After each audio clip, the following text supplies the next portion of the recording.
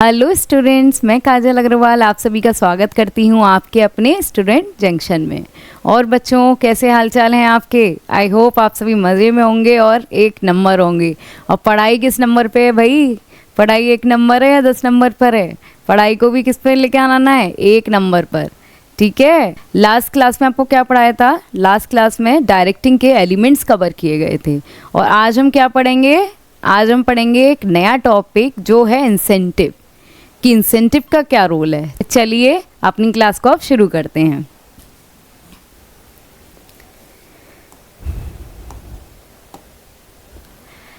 देखिए बच्चों, इंसेंटिव क्या होता है? इंसेंटिव पहले देखिए 2 तरीके का होता है। एक होता है मॉनेटरी, एक होता है नॉन मॉनेटरी। अब मॉनेटरी का मतलब क्या है, नॉन मॉनेटरी क्या है, उससे पहले हम जान लेते हैं कि इंसेंटिव क्या है। Incentive can be define as monetary non monetary reward. तो इंसेंटिव एक तरीके से आप बोल सकते हैं कि कुछ एक्स्ट्रा पे करना।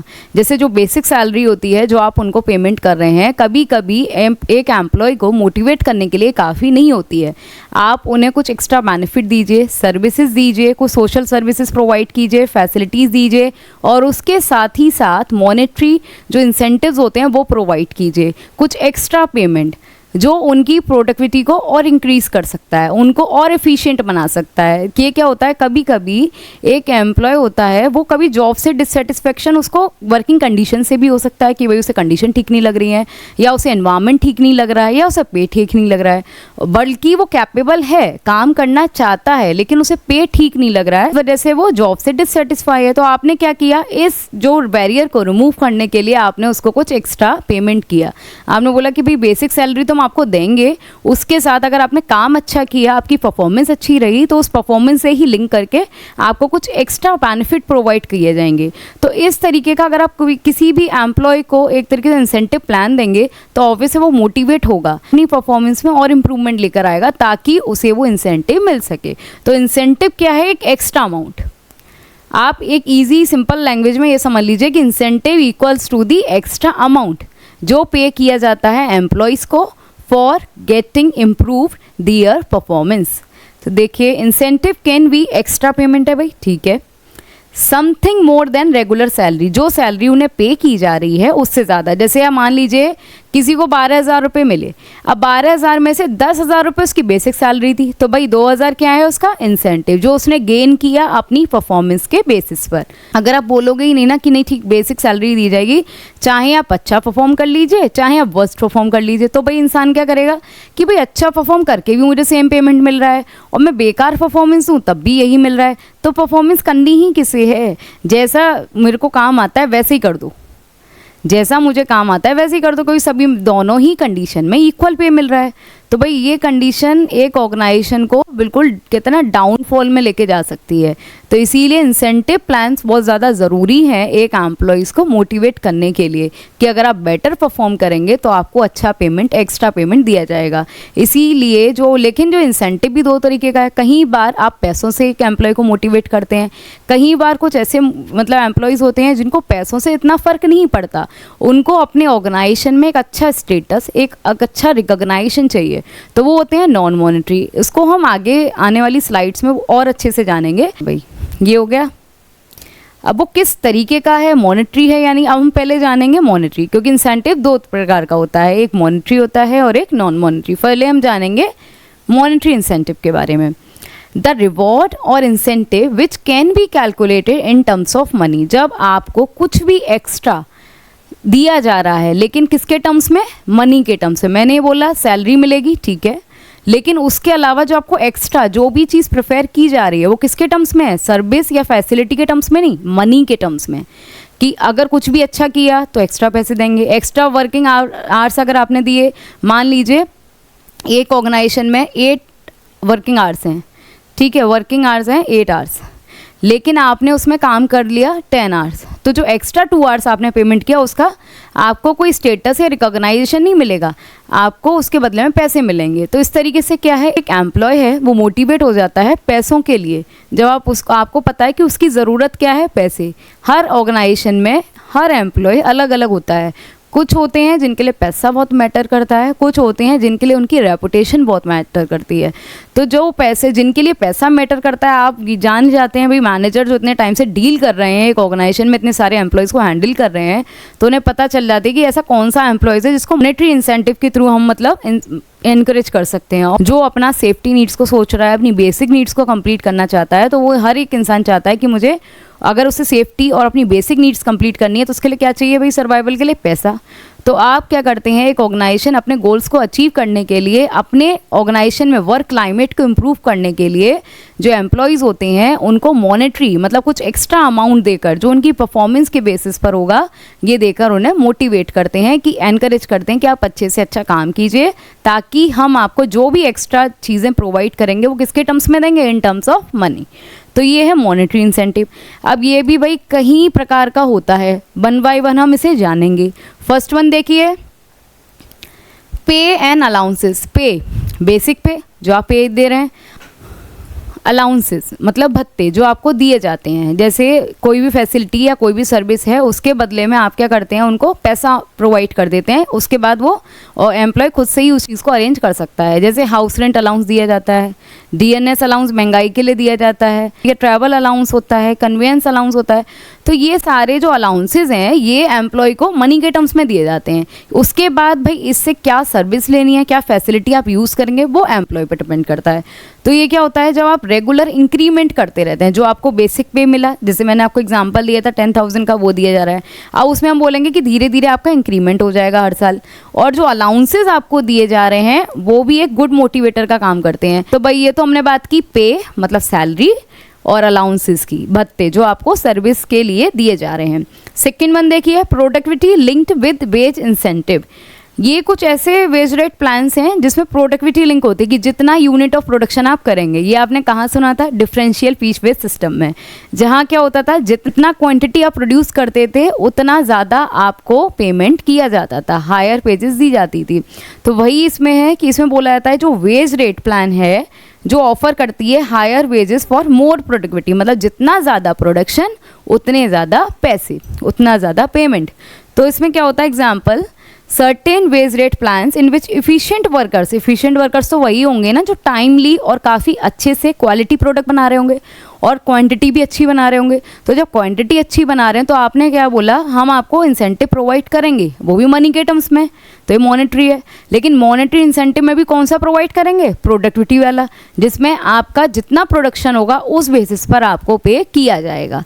तो भाई इसमें एक एम्प्लॉय क्या सोचेगा जब उसे ये दिया जाएगा कि अब मेरे को किसको फोकस करना है, प्रोडक्शन को इंक्रीज करना है, अच्छी क्वालिटी प्रोवाइड करनी है और नंबर ऑफ क्वांटिटी भी इंक्रीज करनी है, ताकि मेरे को जो पे एक्स्ट्रा मिल सके कंपनी से। तो ये भी उन्हें मोटिवेट करता है ज़्यादा ऑर्गेनाइजेशन में प्रोडक्टिविटी को बढ़ाने के लिए। अब हम देखिए थर्ड, ये कॉमन इंसेंटिव्स है ना, बोनस, काफ़ी आपने सुना होगा। बोनस आपको दिया जाता है कि एक इंसेंटिव है जो ऑफर किया जाता है over and above the wages और सैलरी। जो एम्प्लॉय को सैलरी प्रोवाइड की जाती है, जैसे आप देखेंगे मोस्टली क्रेडिट कार्ड कंपनीज होती हैं, वो क्या करती हैं, जो सेल्स एग्जीक्यूटिव अपॉइंट करती हैं उनको कमीशन देती हैं कि जितने नंबर ऑफ क्रेडिट कार्ड आप इशू करवा देंगे उसके बेसिस पर आपका बोनस बनेगा, आपको कुछ एक्स्ट्रा पेमेंट दिया जाएगा। जो सैलरी मिल रही है वो तो मिलेगी हर मंथ, लेकिन उसके साथ में कुछ एक्स्ट्रा पे किया जाएगा। किस पे डिपेंड करता है, number of credit card issued. तो इस बेसिस पर क्या है, आपको कुछ एक्स्ट्रा पेमेंट दिया जा रहा है, भाई ये भी मोटिवेट कर रहा है। ये देखिए प्रॉफिट शेयरिंग, ये एक अलग चीज़ है। हर बार हम क्या कर रहे थे, एक एम्प्लॉय के लिए एक फिक्स्ड हमने पे बना दिया था कि आपको अपॉइंट किया जा रहा है, ये लीजिए भाई अपना कॉन्ट्रैक्ट लेटर और इसमें आपका लिखा हुआ है कितनी सैलरी दी जाएगी। तो इसमें भी एक एम्प्लॉय क्या समझता है, मुझे एम्प्लॉय ही समझा जा रहा है, भाई एम्प्लॉय की तरह ट्रीट किया जा रहा है, कुछ भी स्पेशल ट्रीटमेंट नहीं है।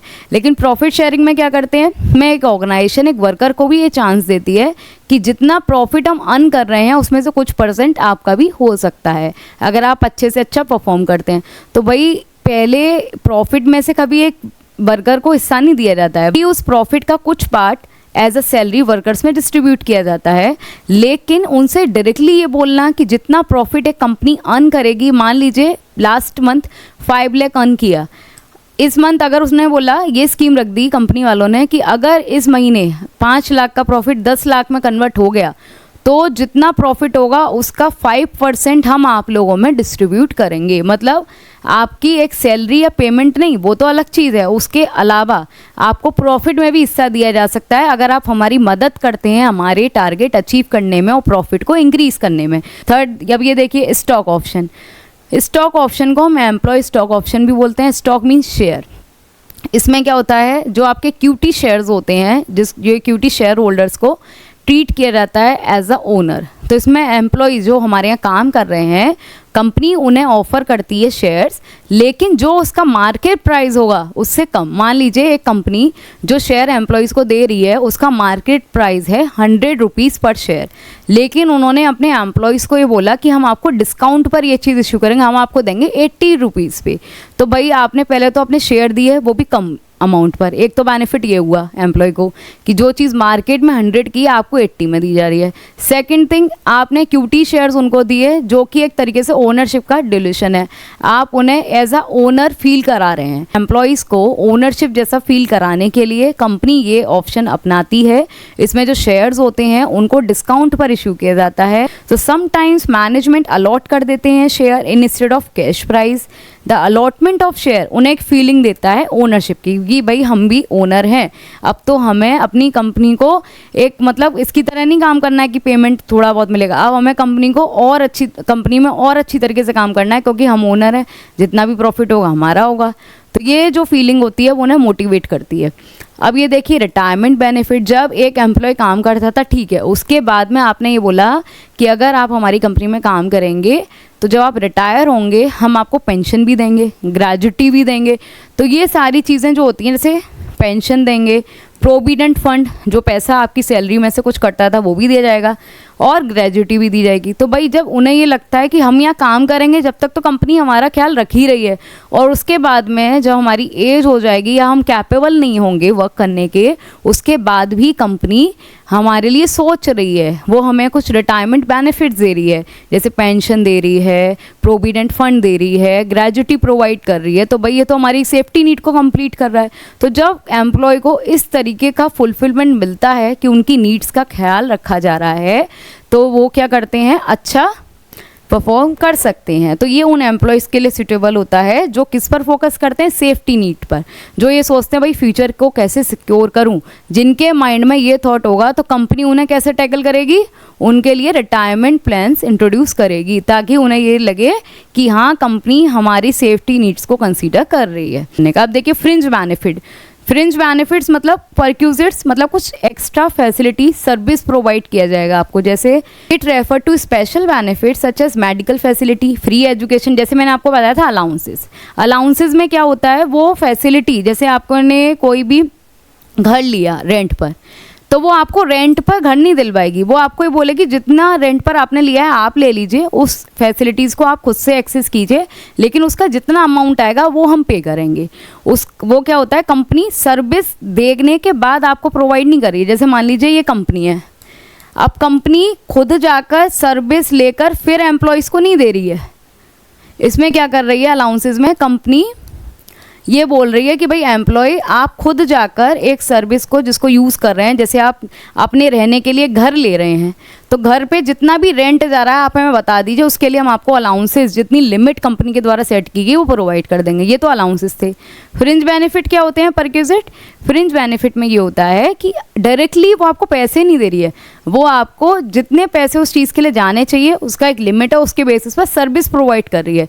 जैसे एम्प्लॉय को मेडिकल फैसिलिटी देना, ठीक है, फ्री एजुकेशन देना बच्चों के लिए, एम्प्लॉयज़ के जो बच्चे हैं जो पढ़ रहे हैं तो उनको एजुकेशन फैसिलिटी देना, पैसा नहीं देगी लेकिन खुद से ही ये बोल देगी कि आप उस कॉलेज में जाकर पढ़ सकते हैं, उस स्कूल में जाकर पढ़ सकते हैं, जितना भी उनका खर्चा होगा हमारी साइड से होगा।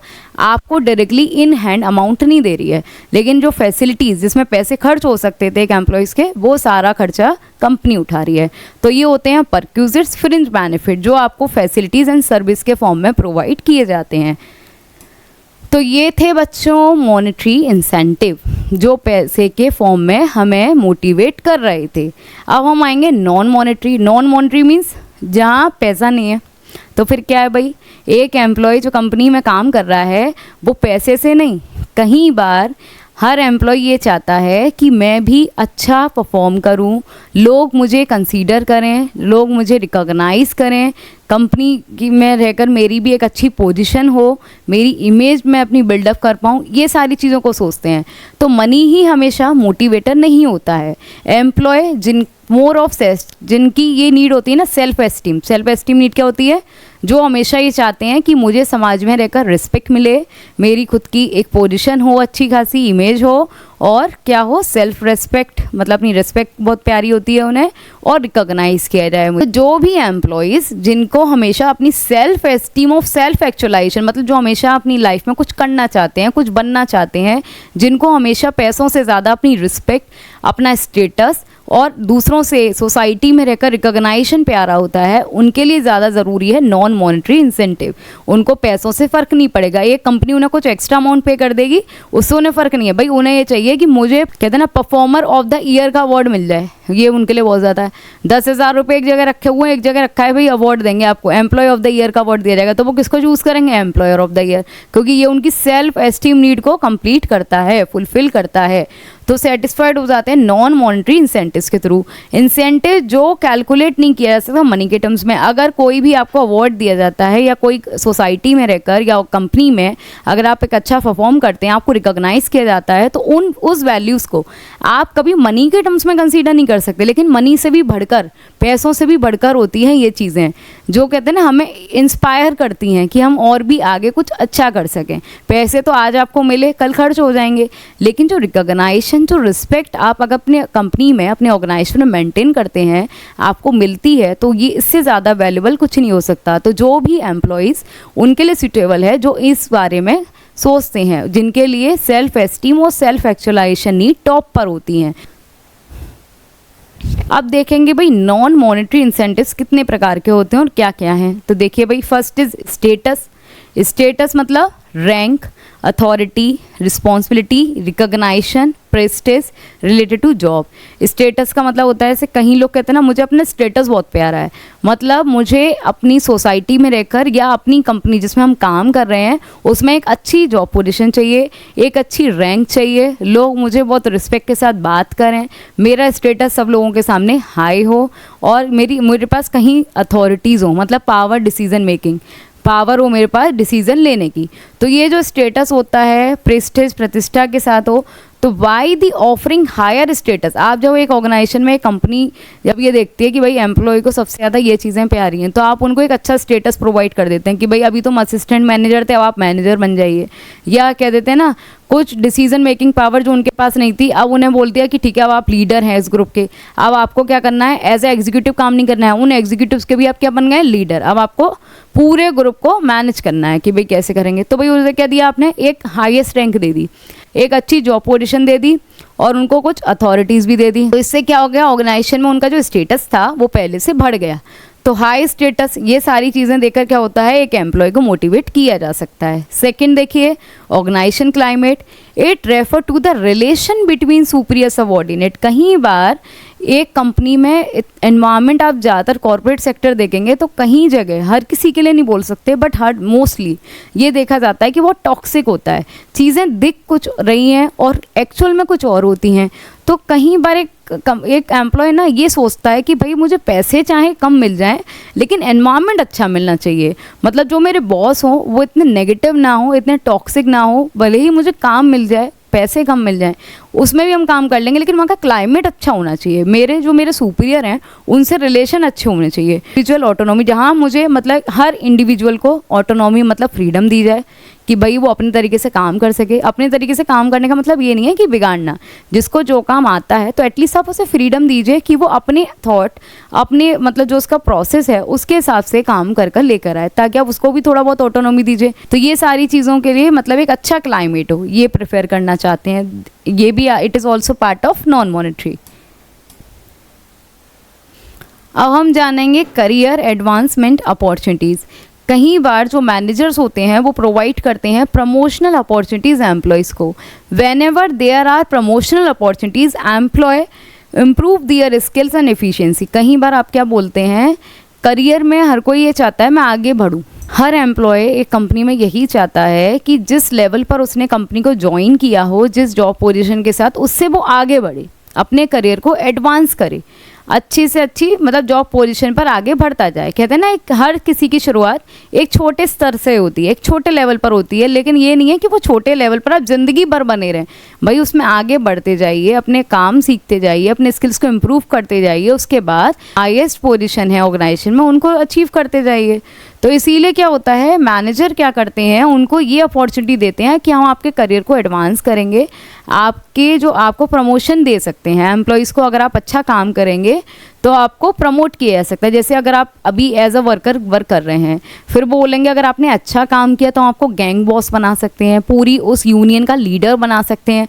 तो ये सारी चीज़ें जब उनको ये पता चलता है वर्कर्स को कि भाई हमें प्रमोट किया जा सकता है, इतनी करियर को एडवांस किया जा सकता है, अगर अच्छे स्किल्स ऑक्यूपाई करते हैं, स्किल्स सीखते हैं, अपनी परफॉर्मेंस को इम्प्रूव करेंगे, तो हमारे जो मैनेजर है उनका कहना क्या है कि हमें लीडर भी बनाया जा सकता है, हमें प्रमोट किया जा सकता है। तो भाई ये सारी जो अपॉर्चुनिटीज़ एक वर्कर को या एम्प्लॉय को आप देते हैं तो उन्हें ये काफ़ी ज़्यादा मोटिवेट करती हैं करियर एडवांसमेंट अपॉर्चुनिटीज़। क्योंकि इसके साथ में क्या होता है, जब भाई पोजीशन बढ़ेगी तो उसके साथ में पैसा भी बढ़ेगा, है ना, एक हमारा स्टेटस बन जाएगा। सभी लोग जो आज एज अ वर्कर हमें ट्रीट कर रहे हैं, फिर हम लीडर बन जाएंगे यूनियन में, तो जो सारे वर्कर जो हमारे साथ काम करते हैं उनके हम लीडर हो जाएंगे, तो भाई ऑर्गेनाइजेशन में हमारा रुतबा बढ़ेगा ना। तो ये सारी चीज़ें क्या होती हैं, ये अपॉर्चुनिटीज़ जो प्रमोशन से रिलेटेड हैं वो हर एम्प्लॉयज़ को मोटिवेट करती हैं। अब आता है जॉब इनरिचमेंट। जॉब इनरिचमेंट क्या है, आप इंस्पेक्शन करते हैं गुड्स का जो एम्प्लॉयज़ के थ्रू प्रोड्यूस किया जाता है। अब आपका क्या काम है भाई, एज अ इंस्पेक्टर आपका बस ये काम है जो प्रोडक्शन हुआ, जो प्रोडक्ट बना, उसकी क्वालिटी को इंस्पेक्ट करना।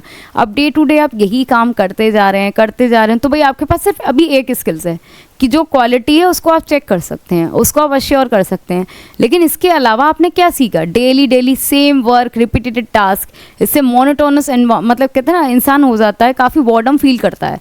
तो ये सारी चीज़ों को हटाने के लिए एक एम्प्लॉय को कंपनी को time to time job enrichment देना चाहिए। जॉब इनरिचमेंट का मतलब है जो काम वो कर रहे हैं उसके अलावा उन्हें कुछ चैलेंजिंग टास्क दीजिए जो वर्टिकल लेवल पर होते हैं। वर्टिकल लेवल का मतलब है जो उनकी पोजीशन है उससे ऊंची वाली पोजीशन का उन्हें काम दीजिए, कुछ अलग हटकर जो उनके लिए चैलेंजिंग हो। क्योंकि हर चीज़ अगर किसी पर्सन को आप दोगे जो बहुत इजी है, जैसे अगर आप मान लीजिए 10th क्लास का स्टूडेंट है, अगर आप उसे 7th क्लास के मतलब बच्चे की बुक का क्वेश्चन देंगे सॉल्व करने के लिए तो उसके लिए ईजी है, भाई ईजिली सॉल्व कर देगा कि मैं तो ये करके आ चुका हूँ। या 10th क्लास का दे देंगे तो भी ईजी है।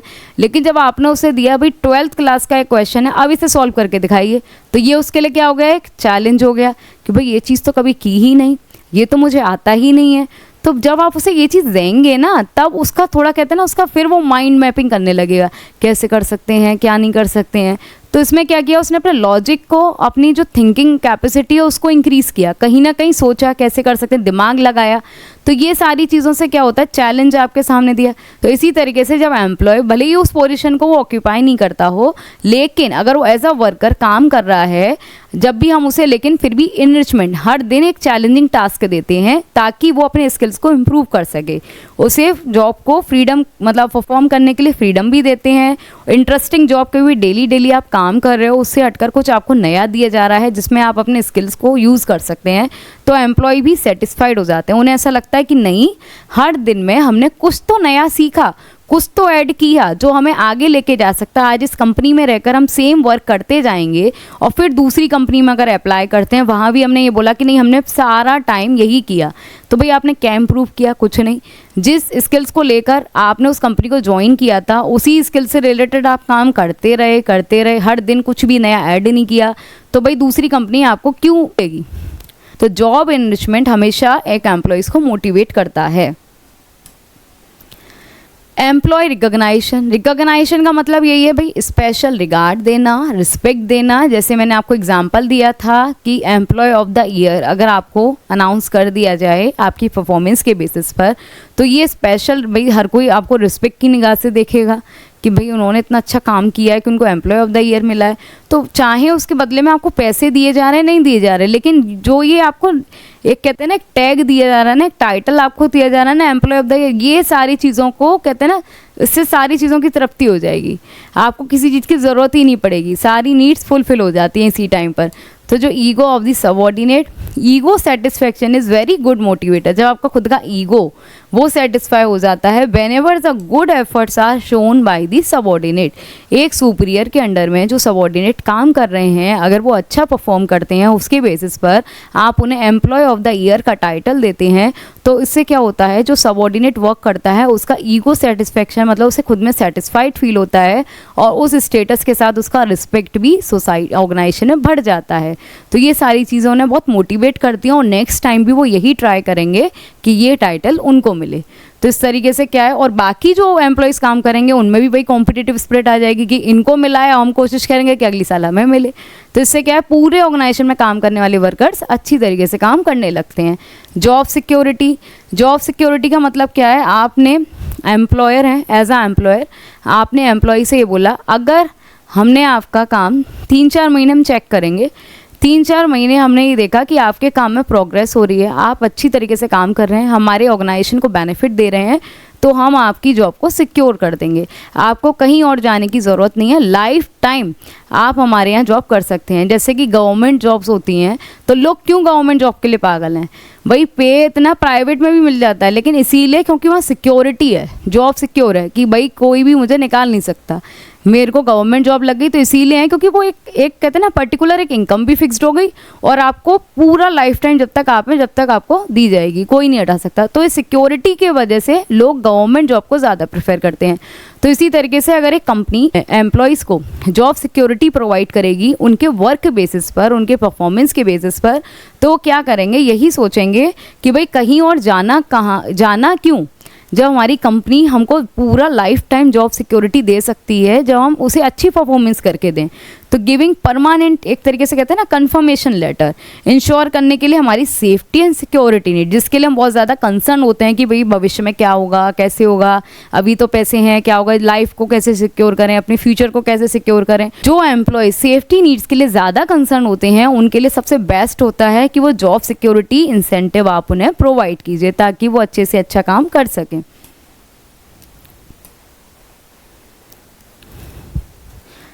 अब देखिए employee participation, it means involving employee in the decision making, specially जैसे एक कंपनी कुछ डिसीजन लेना चाह रही है, वो अपना जो रजिस्ट्रेशन ऑफिस है उसको एक जगह से हटाकर दूसरी जगह उसको शिफ्ट करना चाह रही है।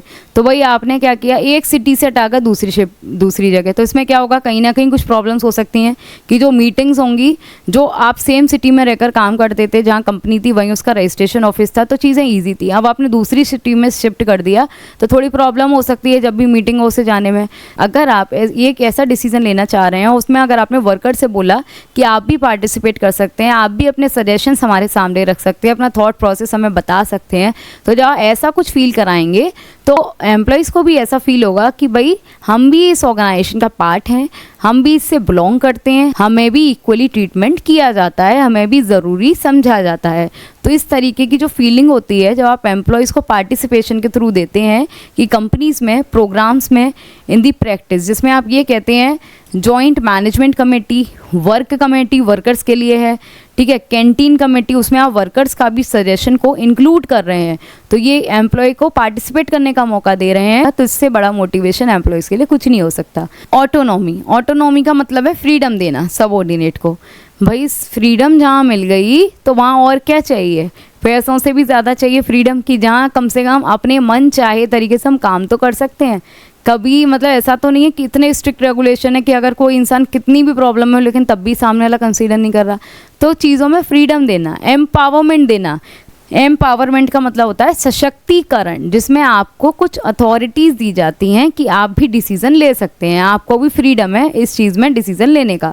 तो empowerment makes people feel that their job are important and this feeling contribute positively. अगर एक ऑर्गेनाइजेशन में जो एम्प्लॉयज़ काम कर रहे होते हैं, अगर आप उन्हें कुछ अथॉरिटी दे देते हैं जो उनको ऑलरेडी नहीं दी गई थी, उनकी as per their job position नहीं थी, लेकिन आपने उनको ये अथॉरिटी दे दी कि कुछ चीज़ों की कि भैया आप ये काम कर लीजिए, तो इससे क्या होगा, जब उन्हें कोई डिसीजन मेकिंग की अथॉरिटी मिल जाएगी, पावर आ जाएगी, तो उन्हें ऐसा लगेगा कि भाई, और फ्रीडम भी है कि आप अपने मनचाहे तरीके से इस चीज़ को कर सकते हैं। तो ये जो फ्रीडम होगी वो एम्प्लॉयज़ को मोटिवेट करती है। तो ये था आपका ऑटोनॉमी। तो भैया आज के लिए इतना ही। आज हमने पढ़ा इंसेंटिव क्या है, मॉनेटरी इंसेंटिव्स क्या होते हैं और नॉन मॉनेटरी क्या होते हैं। आई होप आप सभी को समझ में आया होगा और बच्चों मैं हमेशा यही बोलती हूँ कि कोई भी समस्या है या कोई भी चीज़ आपको समझ में नहीं आई है तो आप हमारे कमेंट सेक्शन में लिख सकते हैं, और आपके उसके लिए फिर उसी अकॉर्डिंग आपका डाउट क्लियरिंग सेशन भी हम ज़रूर ऑर्गेनाइज करेंगे। तो चलिए अब नेक्स्ट क्लास में मिलते हैं। नेक्स्ट क्लास में हम पढ़ेंगे लीडरशिप।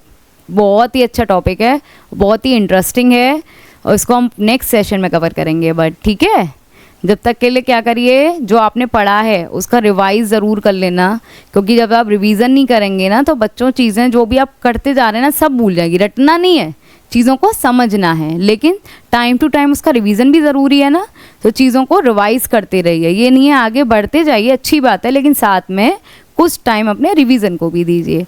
तो चलिए फिर मिलते हैं नेक्स्ट क्लास में, और बच्चों खुश रहिए, आप लोग इसी तरीके से चहकते रहिए, मुस्कराते रहिए, और हमारी क्लास को ज्वाइन करते रहिए, और हमारे प्लेटफॉर्म पर आना ना भूलिए। Where learning never stop. हमसे जुड़ने के लिए क्या करना है, हमारे चैनल को सब्सक्राइब करना है और बेल आइकन को प्रेस करना है। चलिए, थैंक यू।